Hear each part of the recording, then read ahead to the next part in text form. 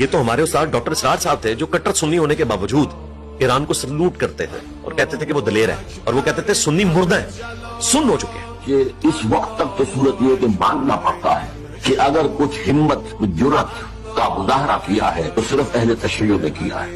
सुन्नी मरे हुए हैं, सुन्नी बुरी तरीके से सुन्न हो चुके हैं। और मैं पिछले ऑलमोस्ट 1.5 दहाई से ईरान के हक में ये बात करता हूं कि फलस्तीन काज को वो लोग लेके जाते हैं। वहां पे जितनी जिहादी तंजीमें इसराइल के खिलाफ लड़ रही थी उनको सपोर्ट ईरान करता था। इस एतबार से ईरान ने हमेशा फलस्तीनियों का साथ दिया। तो ईरान के हवाले से हम तो हमेशा उनकी सपोर्ट में रहे हैं। मुझे सुन्नियों की गालियां खानी पड़ी हैं कि ये शिया एजेंट है। जब मैं तौहीद बयान करता हूं तो मुझे कहते हैं ये वहाबियों का एजेंट है, सऊदी अरब से फंडिंग आती है। बड़ा ही हैरान कुन चीज है। फिर तो मैं दुनिया का सबसे बड़ा पॉलिटिशियन हूं कि मैंने 2 मुख्तलिफ फिरकों के लीडर्स को अपने पीछे लगा लिया हुआ है। मैं ट्रुथ लवर हूं।